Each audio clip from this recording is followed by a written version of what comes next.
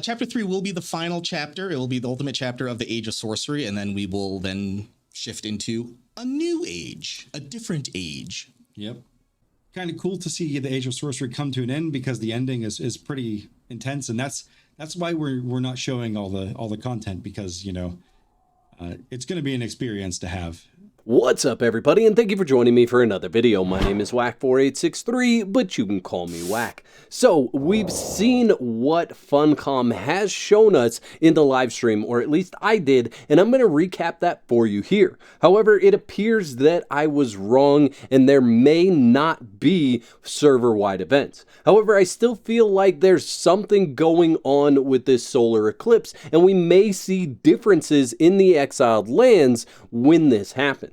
Now, this is not going to happen on the Isle of Sipta. As far as I can tell, there are only a few bits and pieces that are Sipta related to this update. Most of this update is going to take place in the exiled lands. I'm going to show you parts of the live stream, and then I'm going to give you my thoughts and opinions or description on what they're talking about in each segment. Let's get into it. I suppose we should do the update that no one's expecting. And talk about the journey system update. Journey system update. Journey system update. Journey system update. And one of the things that we do when we're designing Exiles is try not to force players to do things or tell them things they don't already know. But with the journey system update, we're going to give you guys ways to essentially teach yourself to play and find the things that are in the game. All right, so I've created a new character on Sipta. Obviously, the journey system will be updated for each map. And if you look up in the top right corner of the screen, you'll see that there's a new UI for the journey system. It's a fancier version of what we had there before. It has a goal for you to do and some instructions as well. So right here in the beginning, you know, the first thing it'll tell you to do is take your first steps. So we'll learn how to move by pressing the keys.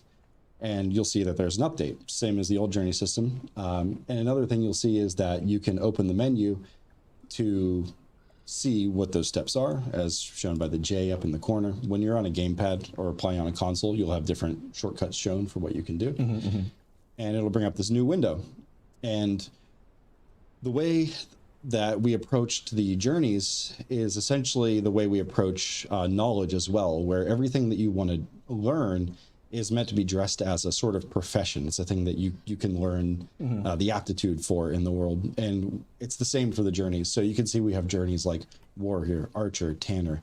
And if you go down deeper and deeper, you get into things like sorcerer, raider, you know, dismantling, using a dismantling bench. It touches a lot of the game. And we took what was there and we tried to use as much as we could, but we had to wind up making a lot of new things to make the journey actually possible.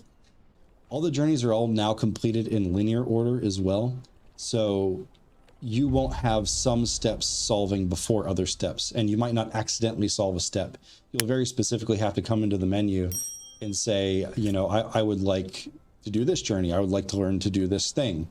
So you won't be doing the island survivor journey and then get stuff way down in like farmer or sorcerer solving because, you know, you've picked up some resources.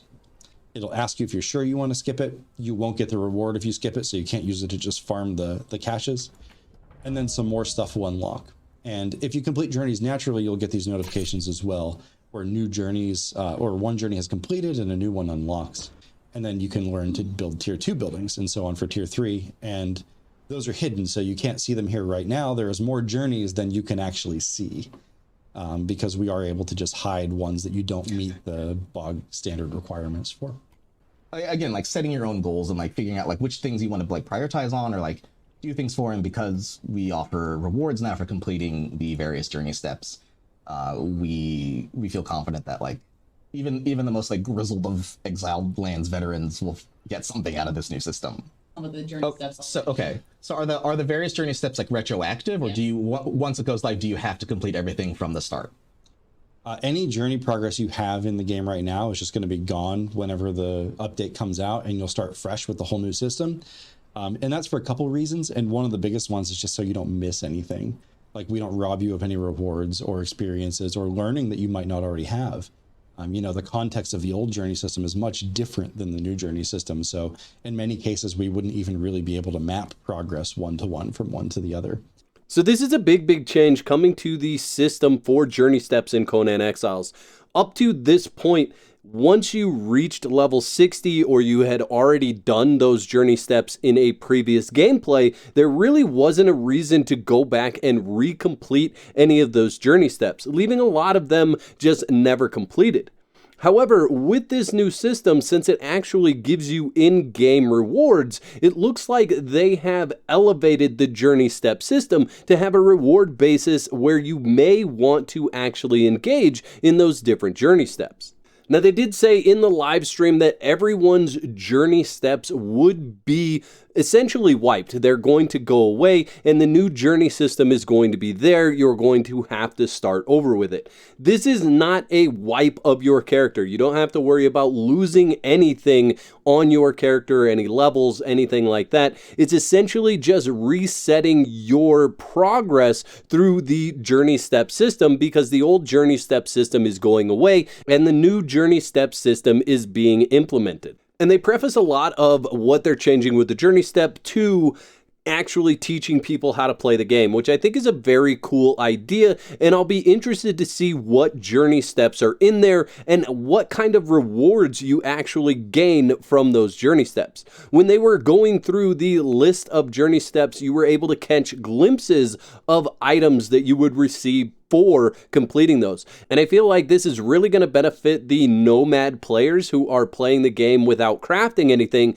because it looks like a lot of these items are going to dump directly in your inventory. One of the concerns I had right off the bat was whether those rewards auto-collect. The last thing I want to do is be in the middle of a fight, complete a journey step while I'm in that fight, and have that item go into my inventory and cause me to be over-encumbered. I really feel like this should be a system where you go into your journey menu and you click to claim that reward. So there's going to be some stuff coming in this update that will change the way some things are presented. One of the first things you'll see is there's this really big beam in the sky.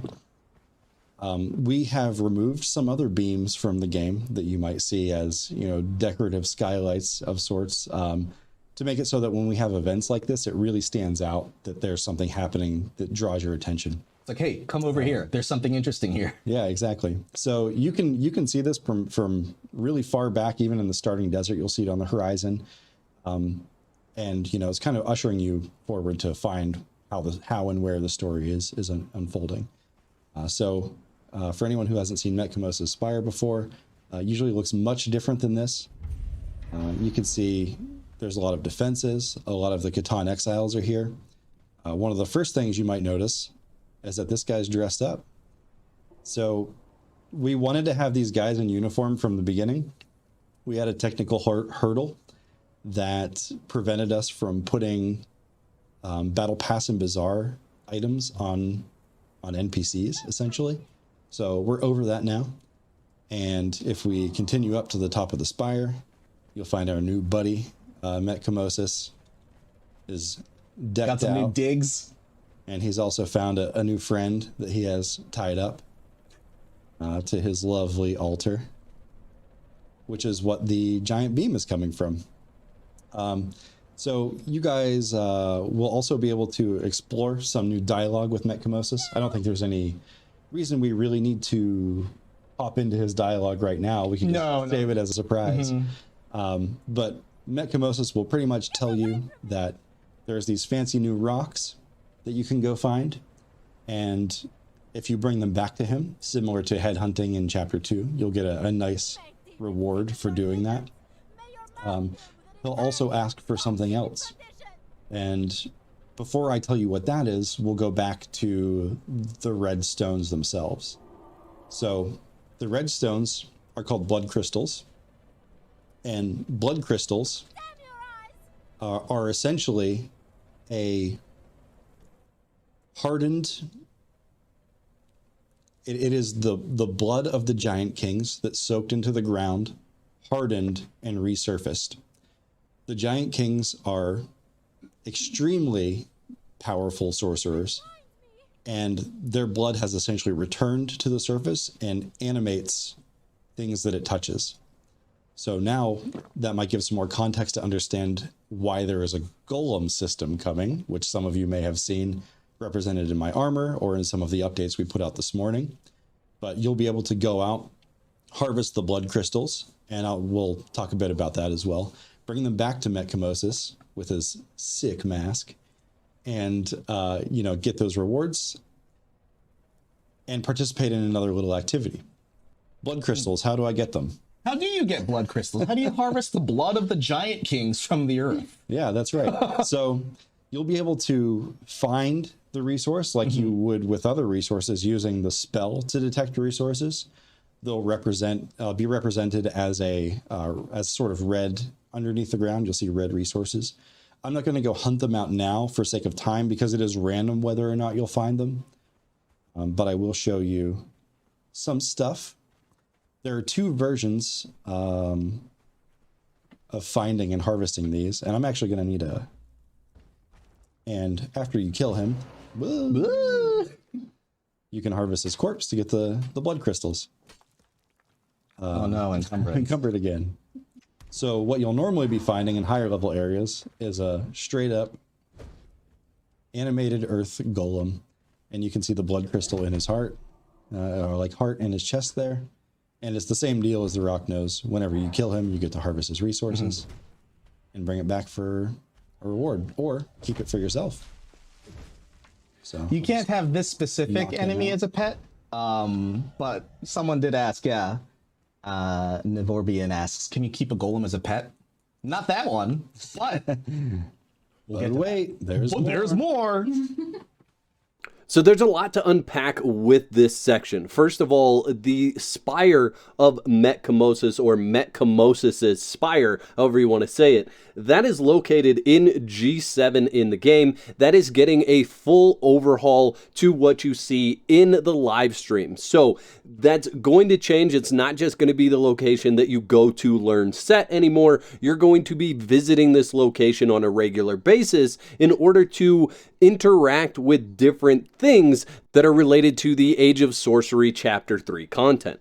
And I am being a little bit vague there because there's more of this area that's coming up a little bit later on in this video. So I will try to expand on that as I cruise through the rest of this live stream. But the key takeaways here is, yes, there's a change there. More importantly, there is a new resource in the exiled lands, and that is the blood crystals. So multiple ways for you to get blood crystals. One is going to be using the resource reveal to look for those around the exiled lands. However, I think you could probably just go about your daily harvesting and find those as you're harvesting. Another way is going to be obviously to kill the bloodstone rock noses and then also the bloodstone golem that you see in the video. Now, a little bit later on, they talk about the solar eclipse, and it'll be interesting to see whether that is the time where you need to go out in order to find these two different enemies. They really didn't talk about what it does in this live stream, just that it's going to happen, and I feel like it's such a big and key effect on the exiled lands that we are going to see some kind of change on the exiled lands when this happens, and it's a good possibility that these enemies will spawn more often during that solar eclipse. For a short time, while this event's active, for the 3-month period or so, there will no longer be nighttime in the exiled lands. Instead, it will be replaced with what you're seeing on screen right now. This is a key component in the ritual itself, and it's kind of a celestial alignment where the moon eclipses the sun, and during that time, instead of having full-on pitch black, you'll have this kind of red tinged eclipse that hovers overhead and then goes away. And when you're taken to a new place through the transportory stone to experience a new part of gameplay, that will be a part of that as well.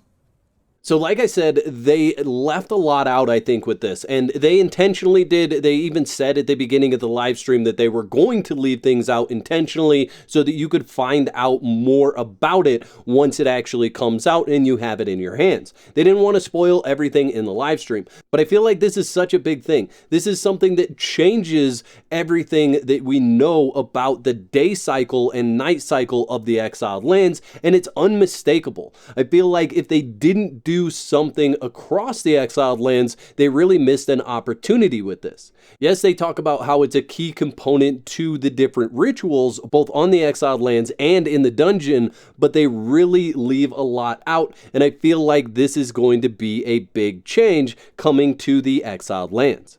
Now, this is not going to happen on the Isle of Sipta. They've said specifically you will not be able to interact with that part of the event on the Isle of Sipta. In fact, Mek-kamoses isn't even on the Isle of Sipta. So if you're playing on the Isle of Sipta, you need to get over to the exiled lands in order to partake in these different events. He wants to perform a ritual, and there's another ritual happening at the same time. Mek-kamoses wants you to go to the site of the other ritual, which he's found a way to get to with a transportory stone, and stop the ritual from happening. So those of you following along with the story might have an idea of who's performing the ritual. You might be familiar with the location you're taken to if you've, again, been following along with the story. It is a new area. There is new content and an encounter to discover there. I think everyone's going to be really surprised and excited to see it. It's really cool. And it's a pretty big deal. And we've decided that we don't want to spoil it, so we're not going to show it now. I'm not even going to say anything more about it. Once you guys get on like, if you get on the public beta server, or you just wait for it to release, everything will become a lot more clear. I'm super excited about it.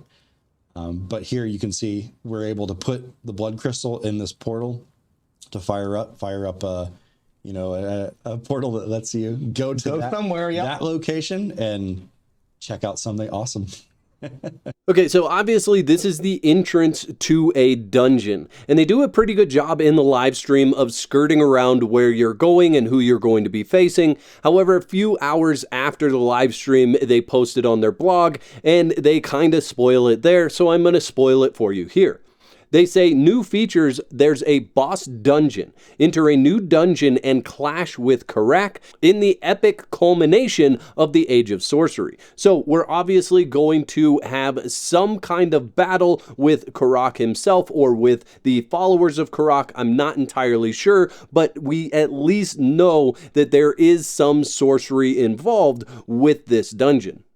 And there's another person at Mek-kamoses' camp, and he has a little bit more information about the golems themselves.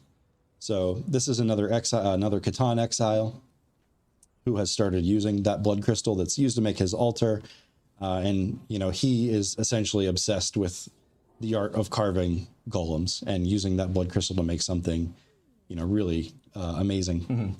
He will also be able to teach you how to make your own golems. So there's different power levels of golems, and we'll get into that further. And the player will be capable of making pretty crude ones. And when you go out on an adventure into the world, doing things like dungeons and killing bosses, you'll start to find higher level parts that you can't craft, but you can use in the crafting process. So Golem followers are coming to Conan Exiles, and we'll cover that more a little bit later on in this video. However, if you want to have Golem followers, you are going to have to come up here, interact, or chat with this guy, and he's going to teach you how to be able to craft your own Golem followers.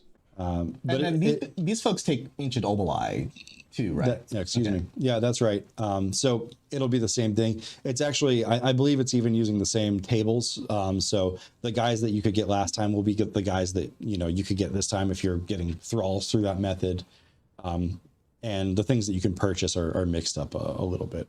The last thing of note here for the Age of Sorcery Chapter 2 going away and the Age of Sorcery Chapter 3 coming along is that you will not see the Catan caravans scattered around the Exiled Lands map. Now, I'm not sure if they're going to still have them on the Isle of Sipta. I don't know what they're doing over there for this, but For the Exiled Lands map, you can come to the Spire of Mek-kamoses, and you can trade your ancient obelisks in at least 4 slaves. They showed just that. I'm thinking that you probably have all the different traders in this location. It is a large spread out location, so it's likely that you can still purchase all the items that you can purchase now in these areas as well. And I'll confirm that before this patch comes to live. They do have a beta test scheduled, which I'll get into a little bit later on in the video, but I will test this and let you guys know what all I find in that area and how you're going to be able to spend your ancient obelisk after this update.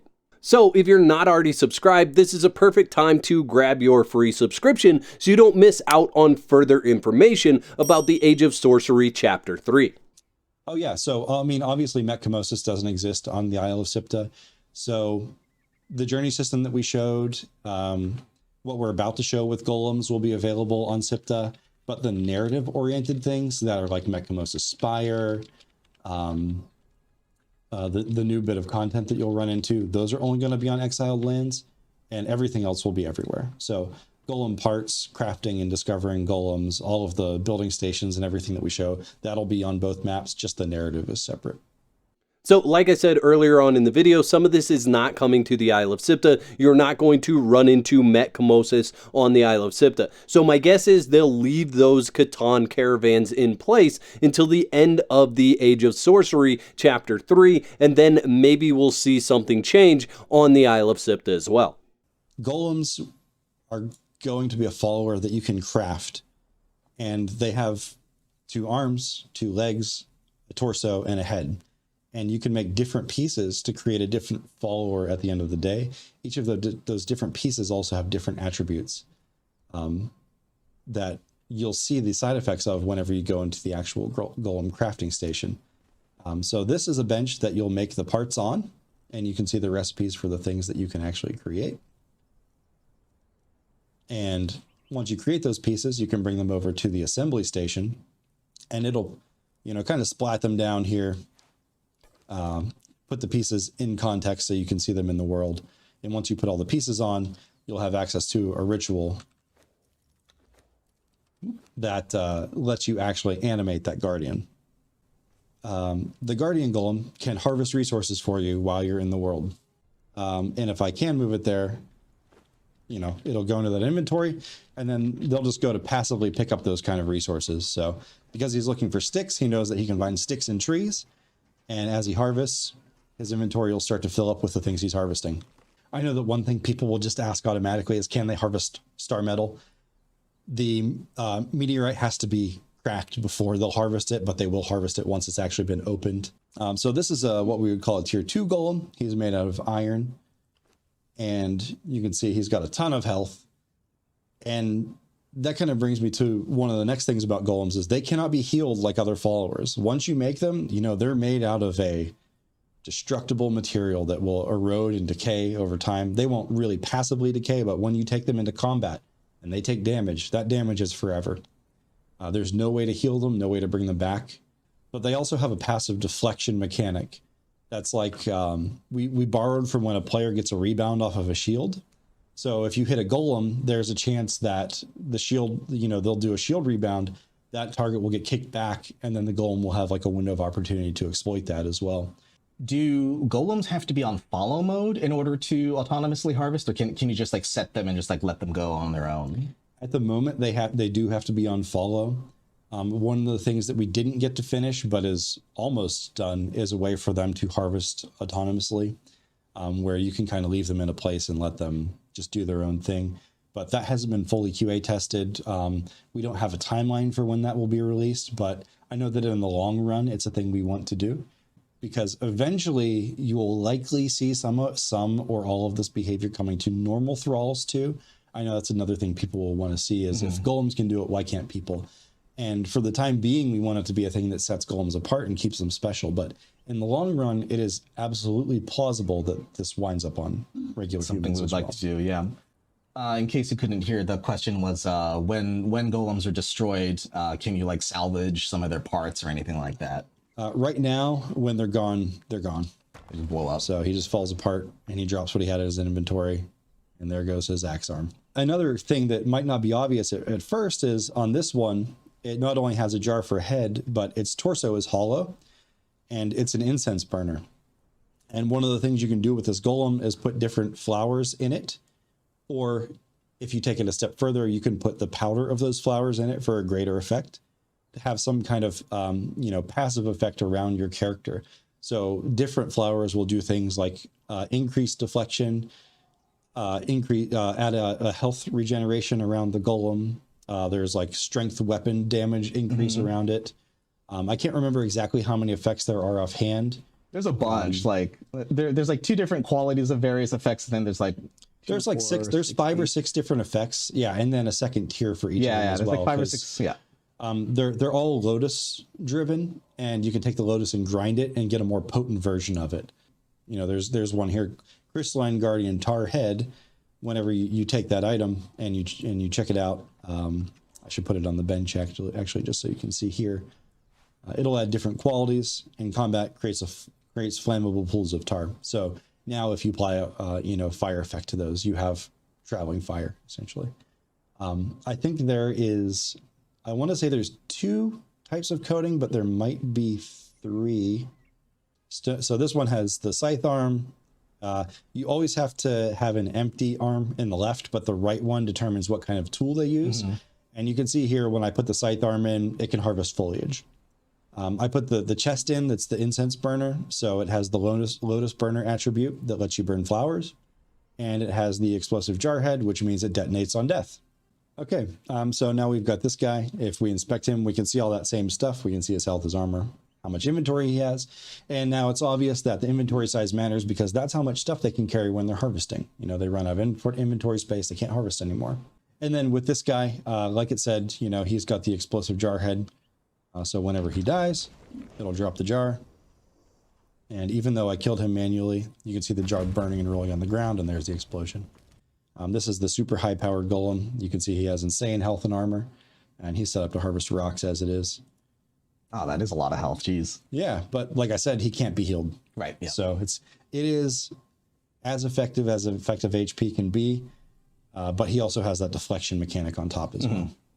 So I devoted an absolute ton of time in this video to golems because I feel like this is where you guys as the players are really going to focus most of your attention, the new follower that's coming to the exiled lands that can actually go out with you and harvest resources. Now, they can't go out and do it by themselves, they have to be with you, but they are able to harvest resources. So these are great guys to have around when you're on your own harvesting run. I think being able to go out and come back with essentially double or more of the resources in half the time is a really cool feature. It'll be interesting to see how some of the different perks work with these guys, whether they're able to harvest more or whether they'll do more damage or whether you can have 2 of them following you. These are things that they didn't cover in the stream, so that'll be some of the stuff that I'll be testing with them when I get my hands on the beta version of the game. I feel like you need to think of the golems as a temporary follower. They are not able to be healed. So as their health continues to go down, at some point it's just going to reach 0 and you're going to have to create a whole nother golem. So keeping that in mind, I don't see people going and doing dungeon runs with these golems.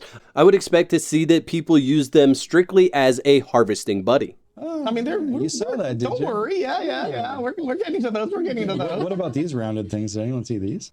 In the time it took to ask that question, we implemented that. Yeah. Kidding. I went in and I checked the checkbox that says armor, right, armor press the button. Gotcha. Yeah. This job is really easy. So all you have to do is you just dump whatever armor pieces onto your. So I don't have anything of those things. Sure you do. There. Oh yes. I have other things you can throw on random things on here and make a different display. There is a male and female version. Currently, they do not accept dyes or illusions, but because I think we're going to have different versions of the mannequin probably in the future going forward. We want to accommodate that. So I think that you'll see a version in the future that accepts the dyes and illusions as well. We have a plan for it already. We just didn't have time to do it right now. Or like with different poses or something. Right. Yep. The mannequin here, I was just going to point out, it is a battle pass reward and it's a free reward. So anyone can claim this, whether you pay to unlock the battle pass or not. Everyone will be able to play and get the mannequin. And here's also like the sword. Just kind of go in vanity mode. You can see the material worked into it. This monitor is a bit washed out. It is, but I think it should display okay on the stream. Yeah, for sure. So they've got that cool, vibrant red rock component to them. And does it glow? It does not glow. It's a little bit too high fantasy for it to have a passive glow. So we kind of gave it this sort of almost like subsurface reflection kind of look. By popular demand, we are actually getting mannequins or armor stands, however you want to call them, in Conan Exiles. Now, the very important thing for you guys to know about the mannequin is that it is in the Battle Pass. So, if you're not playing Conan Exiles during Chapter 3 and you don't level up the Battle Pass to the point where you unlock it, you aren't going to have access to the mannequin. Now, they did speak about the fact that they are in development of different models for this mannequin as well that are able to display armors differently. However, it sounded to me like those were going to be exclusive to the store going forward. It doesn't sound to me like this is just something that they're going to drop into everybody's feats. So if you want a mannequin, make sure you're playing during the Age of Sorcery Chapter 3. He also showed off the different weapons that were in his hotbar at that time, which were the blood-colored or the blood crystal-colored weapons. Now, these, from what I can tell, are either in the Battle Pass or they are in the Bazaar. These are not weapons that you're going to be able to get by just engaging with the content that's coming in the Age of Sorcery Chapter 3, which is kind of a bummer, but it seems like that's the mode or the path that Funcom has taken going forward. If you want the different looks for your items, you want the different skins, you're going to have to dole out some dollars in order to get those. And you might think also, wow, what does that mean for, the future, when this battle pass is gone?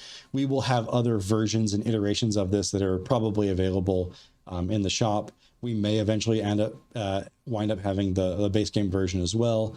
Dennis is very good about choosing his words, and he even iterates that during this live stream. Yeah, right now. I use my words really specific. But you just heard him say that they're definitely going to have it in the shop in the future, and they may eventually maybe put it in the base game. So you may eventually maybe get a free version of this. I'm going to say for anybody that isn't unlocking this in the Battle Pass in the Age of Sorcery Chapter 3, you're probably missing out on a free version.